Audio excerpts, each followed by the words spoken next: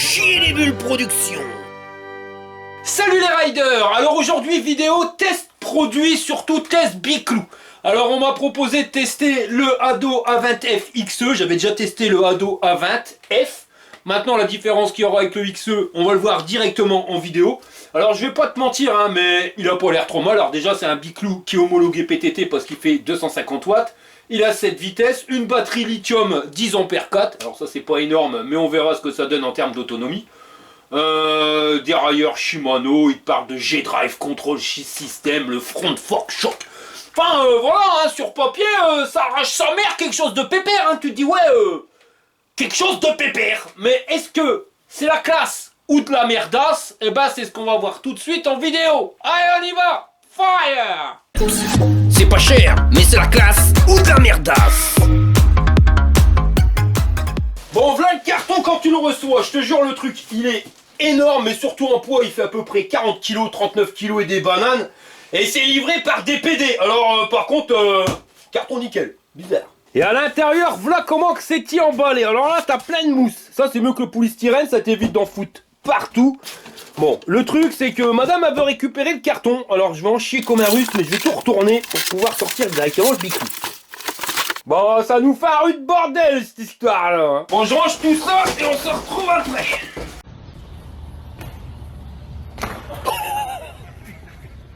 Voilà la tronche du truc une fois qu'on a enlevé tous les emballages. Alors on a eu en plus la selle qui est pas forcément une selle qui fait mal au cul mais qui est pas non plus super confortable. Tu vois elle est assez fine. On a une pompe à vélo mais elle a eu un coup de pompe. Tu vois elle est un petit peu destroy. Tu vois bon, elle fait encore pompe à vélo mais tu peux plus aller à fond. Mais ça c'est les pompes, on a déjà eu des systèmes là, c'est des trucs éjectables.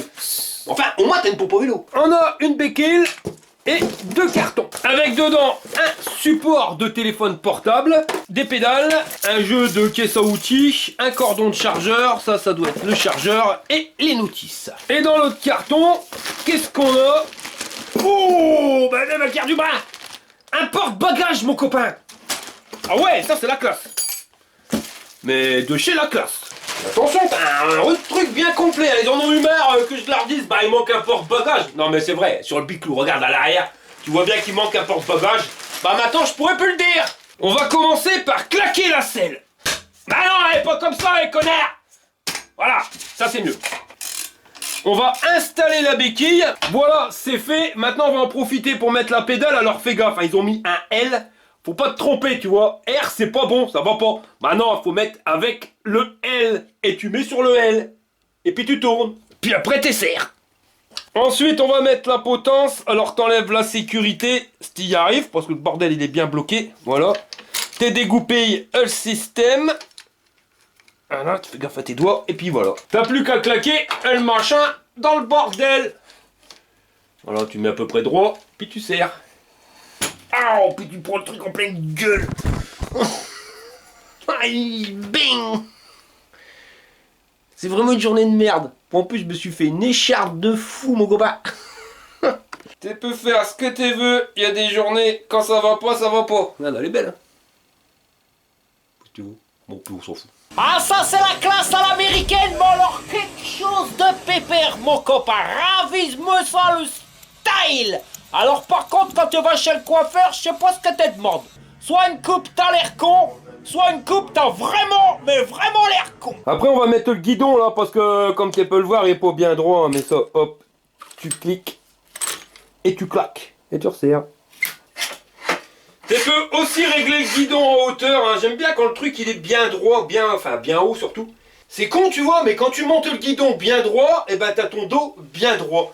Et ça je vous le garantis, hein, pour les gars qui ont des problèmes de dos, ben y a rien de mieux. Parce que les VTT quand t'es penché comme ça pète une barre ici, surtout quand t'as un sac à dos sur le dos.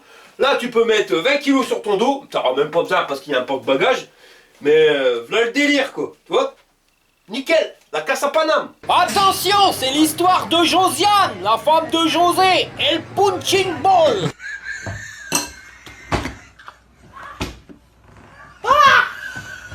Frein avant, réglé. Et pareil pour la roue arrière, alors je te mets le tuto en lien juste ici si tu galères. Et derrière, réglé aussi. Je te mets pas le tuto, je l'ai pas fait.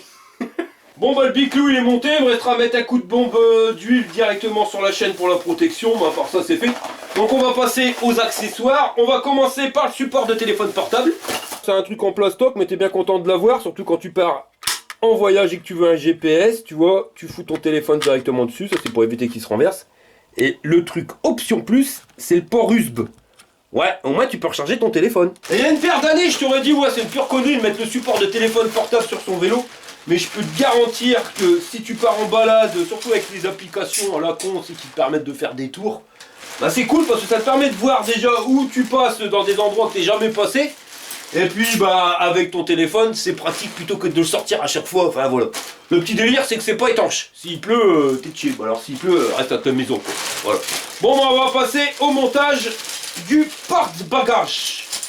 Alors j'avais eu un porte-bagages que j'avais acheté sur AliExpress, donc il marchait super bien. Je vous ai fait un tuto, mais j'ai pas encore le temps de faire le montage. Là, j'en avais acheté un autre sur Amazon que j'avais payé moins cher. Une pure merde, les copains. J'ai même pas pu le monter sur le vélo. Mais ouais, non, là, ça a l'air d'être de la qualité. Bon, en espérant qu'il y ait une notice. Voilà, ça. Bon, bah, on a tous ces pièces-là. Tu vois, des machins qui se coulissent. Des pieds, des fixations dans tous les sens, de toutes les formes. Alors, pas de problème, on va regarder la notice, mon copain. Tu vois, c'est un truc énorme, c'est un plan pour avoir une carte Michelin. Mais ma parole, là-dessus, il n'y a rien du tout sur le porte-bagages. Pas de panique. T'embête pas, mec. Regarde. Encore une notice, elle est grosse comme un annuaire téléphonique. Là-dedans, tu vas voir quelque chose. Alors, t'as tous les langues, du russe, du polonais, du chinois, de l'anglais, hop, du français. Eh ben, pas de bol. Rien sur le porte-bagages. Ah si. Ah si. Je suis mauvaise langue, excusez-moi les gars. Donc, niveau porte-bagages, article 21, démerde-toi avec ton brin. Bon bah, on va se démerder avec son brin. Le truc, c'est qu'on va regarder directement sur les photos. On va essayer de se dépatouiller.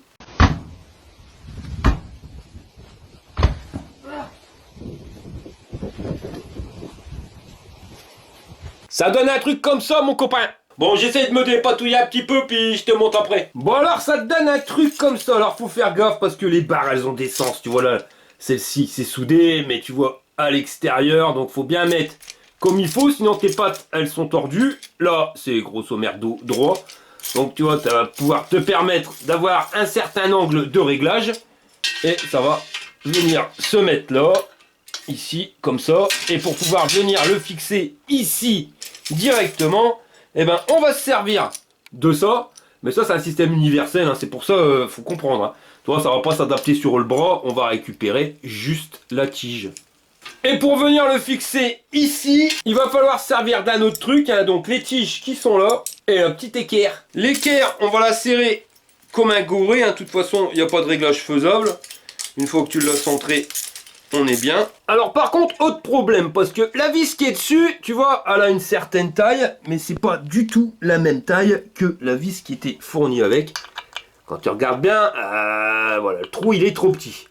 Par contre, la vis qui est fournie avec, elle est pile poil pour aller là-dedans, et pile poil pour aller là-dedans. En sachant que celle qui était fournie avec, ben elle est nettement trop courte pour tenir ça, et puis passer à travers, puis après encore avoir la place pour un écrou. Et comme j'ai pas la petite vis comme ça, plus petite mais plus longue, ben ça j'en ai pas, j'ai bien regardé, j'ai pas trouvé. Donc va falloir que j'utilise les vis qui sont fournies avec, hein, j'ai pas envie de courir à Leroy Merlin. Mais le truc c'est quoi, il va falloir que je trouve une solution pour l'antiquer dedans. Enfin, je crois que j'ai une petite idée. Bordel, ouais, tu vas venir passer sans merder, et voilà. Maintenant ça passe. Ouais bah finalement l'équerre tu peux pas la mettre, parce que si tu la mets, attends je te montre, les bordels. T'arrives plus à les aligner, ça va pas. Tu vois, ça c'est pour tenir la tige. Alors à mon avis, c'est ces trucs là que tu vas venir fixer ici directement sur le porte-bagages. Donc l'équerre, ouais, à dégager. Voilà, comme ça c'est mieux. Tu vois, tu peux les régler grosso merdo. Enfin, celui qui est trop serré, mais sinon voilà ce que ça donne. Donc on va voir, hein. De toute façon, il n'y a pas de notice. Des merdeux. Ensuite, j'ai foutu ces barres là à ce niveau là. Tu vois, avec l'angle pour revenir au milieu. Et je m'ai trompé tout à l'heure, donc j'ai remis les côtés qui étaient vers l'extérieur, vers l'intérieur. Puis on va essayer d'emboîter tout ça. Alors le truc, c'est surtout pas de serrer maintenant, tu vois. On va essayer d'emboîter chaque bâton, on va dire ça comme ça.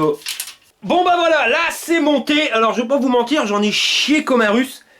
Il y avait une erreur, les barres, je les avais mis à l'intérieur, celle-ci et celle-ci, mais j'ai dû les remettre vers l'extérieur, sinon ça se prenait en contact directement avec le garde-boue. Mais sinon, voilà, c'est monté.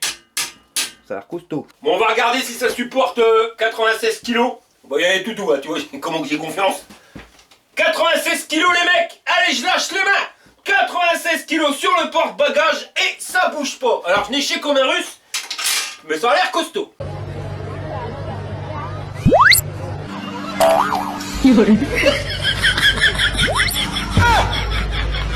Le biclou il est monté, enfin je crois que le plus chiant c'était pas le biclou mais le porte-bagages, c'est là où j'ai galéré le plus. Sinon j'ai oublié de le dire tout à l'heure, mais charge maximum pour le vélo c'est 120 kg, donc on peut charger la mule. Alors je crois que tu l'as vu mais c'est un vélo pliant, donc on va le plier. Alors déjà, voilà, on va descendre le guidon. Ensuite on va tirer la sécurité pour pas que le guidon il souffle tout seul. On sac sur la goupillette. Et là tu vas voir, hein, t'as juste à rabaisser le guidon. Quand c'est fait, tu lèves la sécurité et tu tires sur la goupillette. Et après, t'épiles le bordel en deux. Voilà, super simple. Et quand c'est fait, mon copain, eh ben regarde, en un geste, un seul, tu pourras aisément pas prendre les transports en commun. Parce que le bordel, il fait 29 kilos. Alors déjà, pour aller le foutre dans le bus, c'est pas évident. Mais si tu crois que tu vas prendre le métro avec, bah je vais te dire, te touche, Jean-Pierre. Enfin voilà, c'est vraiment pour mettre dans le coffre d'une voiture ou si t'as pas de place à ta maison pour le ranger. Mais sinon, c'est lourd. Et comme tu peux le voir, ils ont mis la barre pour pas que toi bousiller le pédalier. Puis j'ai oublié, mais dans le pliage, voilà, faut plier aussi les pédales. Et tant qu'on y est, on va parler de la batterie. Donc elle se trouve juste ici, hein, tout simplement à l'intérieur du bras. Alors pour la retirer, c'est pas compliqué, il te faut la clé. Et puis en dessous, si tu regardes bien, là t'as la serrure. Et quand t'as mis la clé, eh ben tu tournes pour enlever le loquet. Tu retires la clé et la batterie, elle vient tout seul.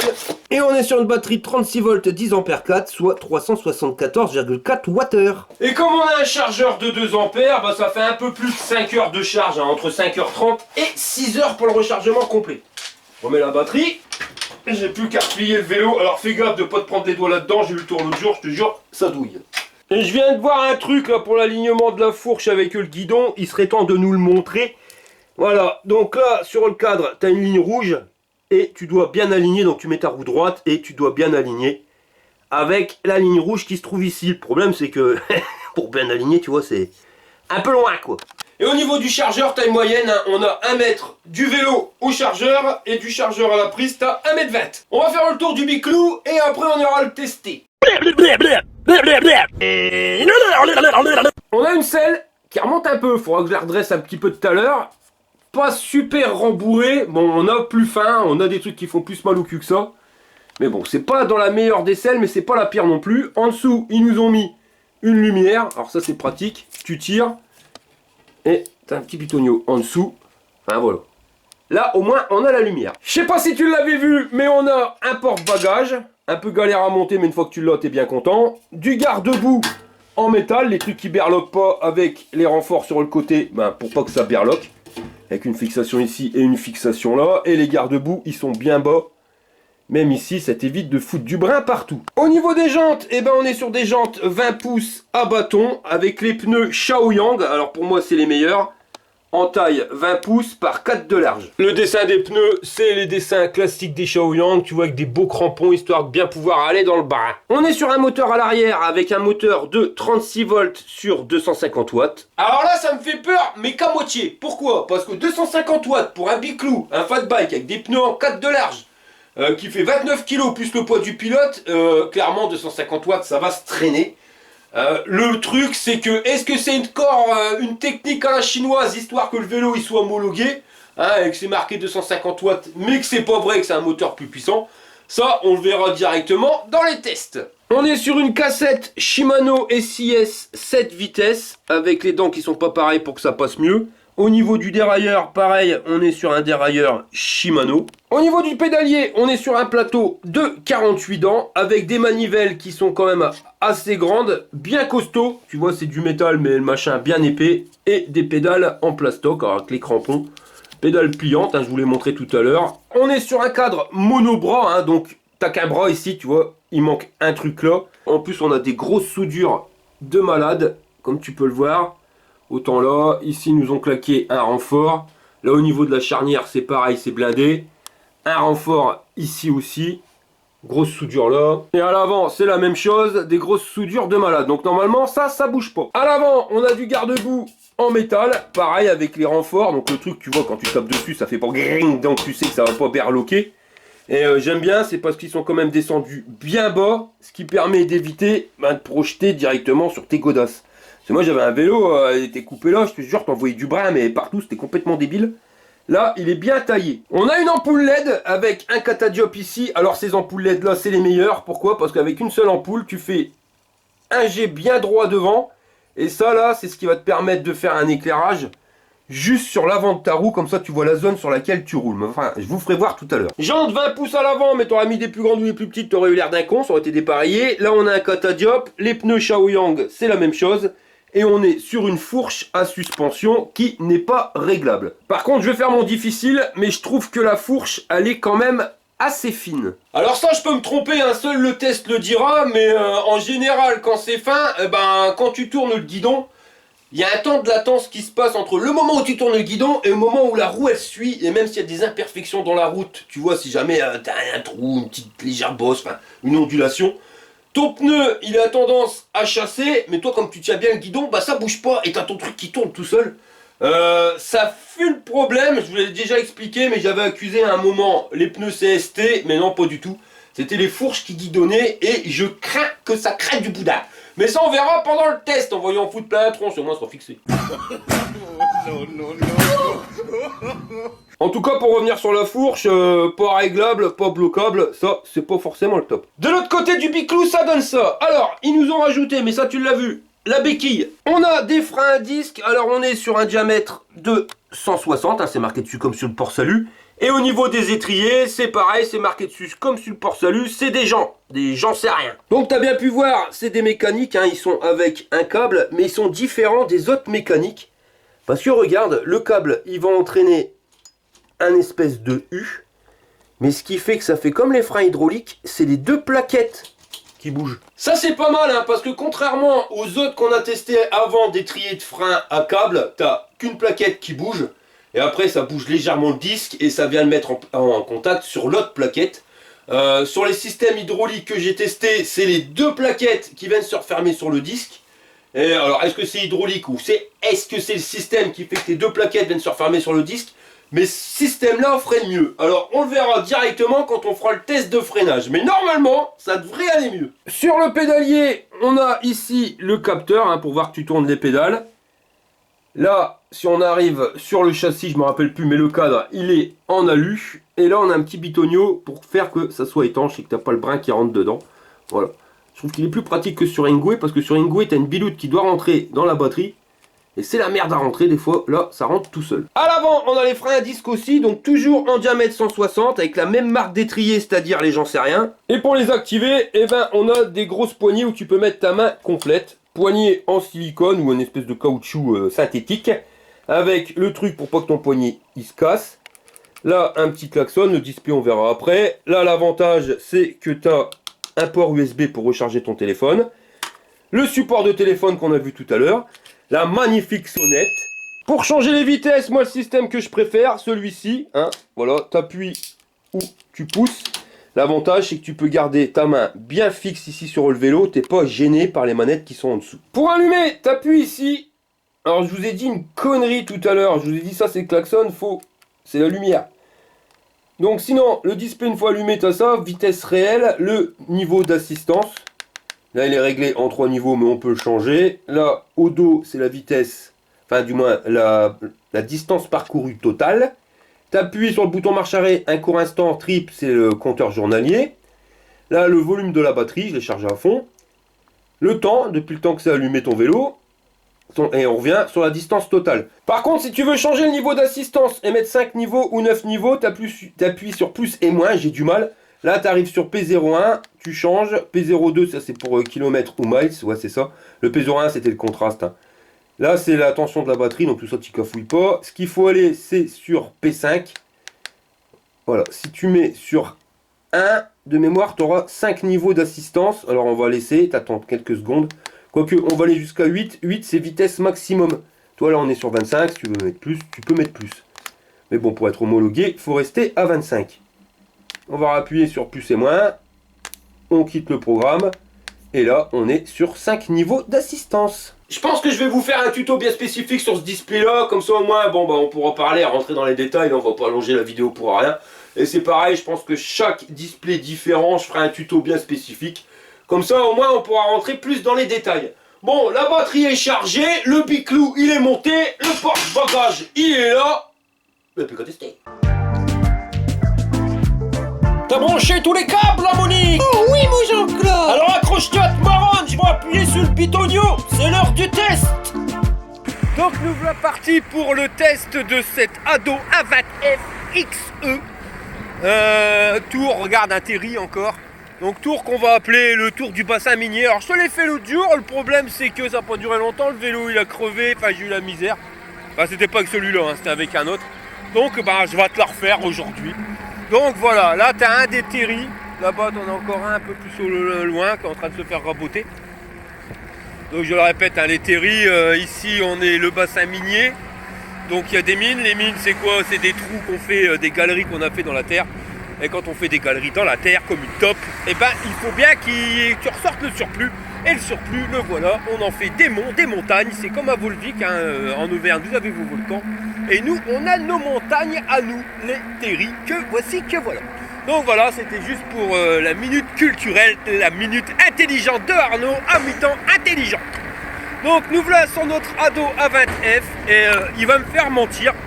Déjà rien qu'au niveau de la solidité de la fourche. Parce que je vais pas vous mentir, hein, quand j'ai vu les tubes, la finesse qu'ils avaient, je me suis dit ça, le bordel, ça va guidonner, je vais me ramasser, hein, parce que je vous rappelle, j'avais accusé les pneus CST. Mais au final, en essayant les pneus CST sur d'autres vélos, j'ai vu que ça tenait bien la route. Qu'il n'y a pas de guidonnage, tout va bien. Et là, la fourche, c'est pas elle qui fait déconner. Et les pneus, on est en pneus pas CST, mais on avait les Shaoyang, hein, de mémoire sur celui-là. Ouais, c'est ça. On avait pneus Shaoyang. Donc on va faire un départ arrêté. Donc on va commencer en assistance 1. Et on y va. Et tu vas voir qu'il est super progressif ce biclou. Voilà. Au niveau du démarrage, tu perds pas ton slip, tu pars pas comme une balle Bosch. Ce qui va te permettre, ça on le verra par la suite, d'économiser sur ta batterie. Assistance 1, t'es en 14 km, 15 à peu près. On va mettre en 2, toujours aussi progressif. Et là on remonte. On va arriver à 17-18 km/h. Et assistance 3, on va frôler les 25, hein, donc on va arriver à 20 et des bananes, je crois. Voilà, on va regarder, ouais, 20 km/h. Assistance 4, on grimpe, toujours aussi progressif. 21, 22, et quand on va en 5, et ben on arrive en vitesse 25. Pas d'accélérateur, bridé à 25. Moteur 250 watts, donc on est sur un biclou qui est homologué PTT. Alors quand tu es dans une route avec des trous et des bosses comme là, tu vois un peu tout niqué la route, et ben tu vois que la fourche, malgré qu'elle soit fine, je vais revenir là-dessus, elle amortit les chocs. Par contre c'est pas non plus l'extase. Tu vois, elle fait son taf, elle amortit, mais on a déjà vu mieux. Par contre c'est le châssis, le cadre. On est sur du monobras, donc il n'est pas suspendu. Manque un petit tube de selle à suspension. Tu vois, ça c'est pour le confort à ton cul. Et la selle elle est confortable, mais au bout de 20 km t'en peux plus, tu marches comme un cow-boy. Donc au moins les choses sont claires. Sinon au niveau rigidité du châssis, j'ai rien à dire là-dessus. Le truc, voilà quoi. Ouais. Puis quand tu tournes. C'est pour ça qu'il faudra vraiment m'expliquer comment que ça se fait que je me suis pété le genou. Et que sur certains vélos, la latence qu'il y a entre le moment où tu tournes le guidon et le moment où ça tourne. C'est ça, mystère et boule de gomme. On va tester le freinage. Bon, les plaquettes, elles sont pas encore bien rodées. Faut faire au moins 50 km pour que ça puisse être bien rodé. Et là, on va faire un démarrage en côte, mon copain. Donc tu vas voir, il manque quand même des watts. Hein. Bon, on est sur du 250 watts véridique. Donc 250 watts, 250 watts. Tu vois que ça grimpe. Bon, c'est progressif. Hein. Mais ouais, faut quand même que tu donnes un coup de main au biclou pour pouvoir grimper la côte.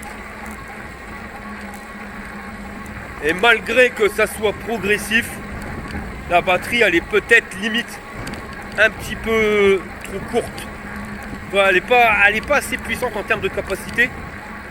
Et voilà, t'as pas l'extase au niveau autonomie. Hier j'ai fait le parcours, j'ai fait mes 28 km. Et voilà, j'ai arrêté direct à la maison parce que il était temps que j'arrive.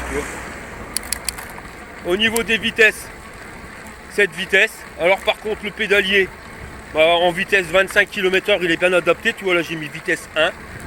Ça me permet de donner un coup de main au vélo pour que ça grimpe. Mais on n'est qu'à 15 km/h parce que on est dans une côte et on est sur un moteur de 150 watts qui lui développe 250 watts et pas beaucoup plus. Sinon le sélecteur de vitesse Shimano SIS, c'est vraiment l'entrée de gamme. Mais honnêtement c'est celui que je préfère. À choisir entre les vitesses qui se tournent comme ça ou même le groupe au-dessus, je crois que c'est Altus, avec les manettes en dessous, je trouve ça galère. Là tout est au-dessus et c'est la classe à Paname. Bon, peut-être juste quand même un petit accélérateur. Et là on aurait été au top. On va essayer les routes un peu plus pourries, du moins les chemins, avec des gravillons. Donc tu vois j'ai freiné, je suis en assistance 5. Je vais redémarrer, tu pourrais t'attendre à partir comme une balle boche. Et non, tu vois c'est vraiment tout doux. Ah. Putain, la baleine mouque. Ah, c'est ça le problème. Je sais pas si t'as déjà eu le tour quand t'as la mouche qui rentre dans la gorge là. Ah, c'est horrible. Aïe, putain, je vais te taper. Ah, j'aurais pas dû passer par là. Ah bon, c'est bon, j'ai accroché la mouche. Donc je te disais, tu vois, c'est progressif, mais là on n'est pas encore en vitesse max. Il nous faut vraiment beaucoup de temps pour arriver aux 25 km/h. En sachant qu'on peut le débrider, mettre plus, mais tu n'arriveras pas non plus à une vitesse fulgurante. Et je le répète, en vélo, t'as pas besoin de rouler trop vite, hein, parce que moi j'ai des vélos qui montent à 45 et j'y suis jamais à 45. Ou alors 1 km tous les 1000. On va sortir de la route. Mais les pneus Shaoyang, c'est franchement pour moi les meilleurs en termes d'adhérence, même de solidité. Ils s'usent beaucoup moins vite que les CST et ils ont plus de cervelle. Je crève beaucoup moins avec les Shaoyang qu'avec les CST. En termes de grip, ils vont bien. Bon, après, je dis pas, les CST, ils ont un bon grip aussi. Mais tu vois, ils tournent rien de mieux. Bon, je viens de faire une petite pause, les mecs. Je vais vous montrer le bassin minier. Vous allez voir que des montagnes, des volcans, ici, il y en a partout, mon copain. D'ailleurs, un début d'incendie, là. Et bon, tu vois, on en voit une, deux. Donc ça, ils sont assez loin. On a une vue qui est vraiment bien loin. Ça, c'est celui que je viens de te montrer tout à l'heure. Et on va continuer notre tour. Donc là-bas, tu vois que c'est vraiment boisé, beaucoup de forêt. Bienvenue dans le bassin minier, hein, dans le Pas-de-Calais, les copains. Bon, là, il y a une maison, on va la zapper. La police qui vient de discuter avec moi. Et il y a cela, mais il y a l'arbre qui nous embête. Alors on va aller un petit peu plus loin pour le filmer. Bon, allez, on reprend de l'autre côté des arbres, donc des terris, tu vois. Il y en a encore un là. Donc là, ils sont en train de se faire raboter. Je sais pas si tu vois bien. Mais c'est tout simplement parce qu'il y a des machines outils. En fin de compte, on est en train de les niquer les uns après les autres. Ça sert de remblai pour les routes. Si tu regardes bien, là-bas, au bout, tic-tac Kodak, il y en avait encore deux. Rabotés. Et là, il y en a un qui est pas... Là, hop, qui est pas raboté. Et tout ça, tout ce que tu vois, les maisons là-bas, eh ben, c'est des cités minières. Donc on va aller y faire un petit tour. Voilà mon copain. Donc je te finis le panoramique. Et là, tu as un tour sur le bassin minier. C'est reparti mon kiki. Donc là, on va tester le Biclou dans une descente. S'il n'y a pas trop de voitures qui nous bloquent la route. Mais non, franchement, tu vois que c'est des vélos au niveau châssis, au niveau pneus, qui sont prévus sans problème pour rouler à 45-50. Et l'autre jour, avec un fat bike, le mien, j'ai réussi à descendre à 70 à l'heure. 75, même une côte, le bordel il bouge pas. Hein. Franchement, c'est limite si tu peux lâcher le guidon. Ah, ça, à fond les ballons, là on est à 40 à l'heure. Et le machin il tient la route, quelque chose de pépère. À part, comme je te l'ai dit, le cadre. Là, waouh, quand t'arrives à fond les manettes dans un crawl, tu le sens, mon copain. Hein. T'as ton cul qui berloque.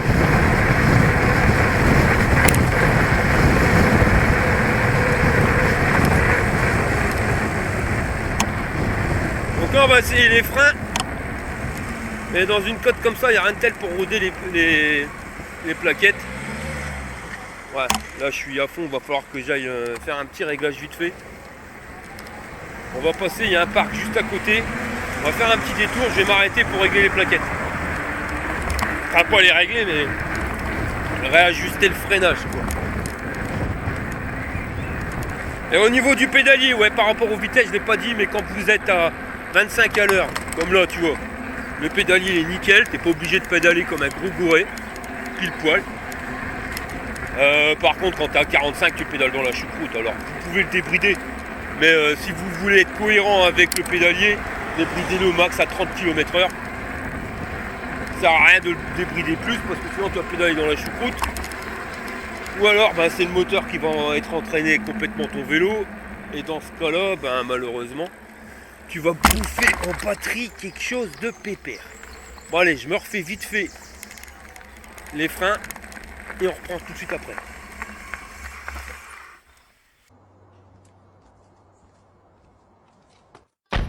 Et voilà, il m'aura pas fallu 15 jours pour le faire. Et maintenant, ça pile. Et démarrage en côte. Alors ça, le démarrage en côte, quand t'as pas l'accélérateur, c'est une vraie saloperie. Parce qu'il faut que tu puisses pédaler assez vite pour enclencher le moteur. Enfin, du moins dire au contrôleur que tu tournes. Et quand ça grimpe, bah, c'est pas évident de pédaler assez vite. C'est quand même mieux quand t'as un accélérateur. T'accélères, tu lances le biclou, après tu lances les pédales, même si tu t'en sers pas longtemps de l'accélérateur, après t'arrêtes d'accélérer et tu continues de pédaler. Mais bon, y'a pas, hein. Ouais, donc pour revenir sur le contrôleur machin bidule, vous avez un moteur, vous êtes nombreux à dire ah, combien de puissance le moteur, mais la puissance du moteur, c'est pas ça qui va tout vous dire, parce que vous avez une batterie qui va alimenter le moteur, et la batterie n'alimente pas directement le moteur, mais elle passe par un contrôleur. Donc il vous faut déjà un contrôleur qui envoie du PEPS, hein, c'est comme en voiture radiocommandée, hein, il y a 36 sortes. Il y a des contrôleurs, je ne vais pas rentrer dans les détails, mais il y a des contrôleurs qui permettent de mettre un petit peu plus de peps que d'autres contrôleurs. Et puis après, bah, il faut une batterie qui te délivre assez de puissance pour pouvoir faire tourner ton moteur. Bon, sur du 250 watts, en général, n'importe quelle batterie, elle est capable de l'alimenter. Ça, tu vas rencontrer le problème quand tu es sur un biclou 750 watts, voire 1000 watts. Mais les contrôleurs qui donnent un petit peu plus de peps, et ben ça, sur un 250 watts, tu peux le rencontrer. Donc nous voulons faire notre tour du bassin minier. Alors je sais où je veux aller, mais je sais pas trop par où on y passe. D'habitude je passe par la route normale, mais elle est super dangereuse en vélo. Regarde là, on a l'arrière d'un terri, un qui se fait raboter. Là-bas on a une voie de chemin de fer. Il faut que je suive la voie de chemin de fer. En suivant la voie de chemin de fer, je vais arriver là où je veux. Parce que ce chemin-là, j'y suis jamais passé les mecs.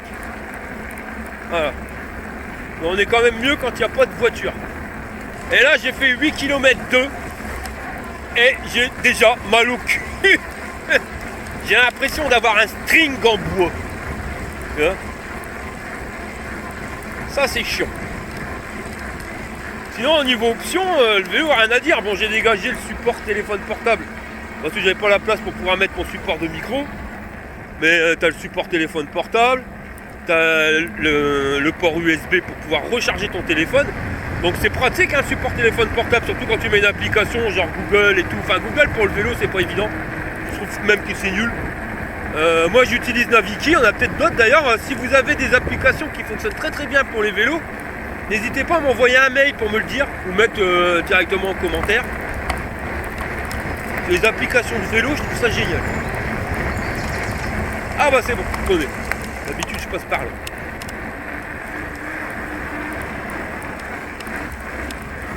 Donc là je vais te montrer un des trucs des bassins miniers. Bon alors là ça grimpe, il faut que tu pédales. Mais ouais le dérailleur, tout le monde critique. Enfin, j'ai beaucoup de critiques sur le SIS, le groupe. Moi j'en suis content. Hein. Après c'est clair qu'on fait pas de la compète non plus. Mais pour l'utilisation que j'en ai, rien de mieux. Alors le seul truc que je puisse lui reprocher, tu vois, c'est pour les démarrages en côte. Comme il est super progressif pour éviter de consommer de trop. Parce que la batterie elle est pas énorme. Elle démarrage en côte, t'en chies comme un russe quoi. Heureusement qu'il y a un bon dérailleur que tu puisses lancer le vélo. Après quand il est lancé ça va, mais il faut le lancer le bétail. Puis il est pas léger, hein, 30 kg le bordel. Hein. Allez Jean-Pierre, elle pédale. Pédale feignant, bordel de merde. Alors là la route est super dangereuse que je te disais.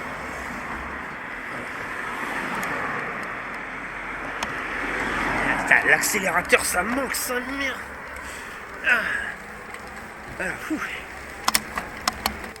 Ouais il manque un peu de patate quand même. T'es homologué PTT mais. Voilà. Donc nous y voilà. Là on est au pied d'un chevalement. Hop là puis démarrage en côte. En côte. C'est compliqué. Je suis passé de l'autre côté pour tout faire voir devant. Parce que là. Voilà. Ça c'est un ascenseur à mineur mon copain. C'est avec ça qu'il descendait directement à la fosse. Alors, ça pouvait descendre super profond. Là je sais pas s'ils l'ont bougé ou s'il était là d'origine. Parce que des fois il bouge, hein, il change d'endroit. Mais voilà. Là t'as un ascenseur à mineur pour descendre directement dans la fosse. Dans la galerie pour aller chercher le charbon. Voilà les gars. Bon on va s'arrêter là pour faire la synthèse. T'as envie de gagner 20 euros? Ouais. Ok, tu vois ces 3 ballons? Ouais. Tu dois les cogner avec la tête. Si tu réussis, je te donne 20 euros. Vas-y.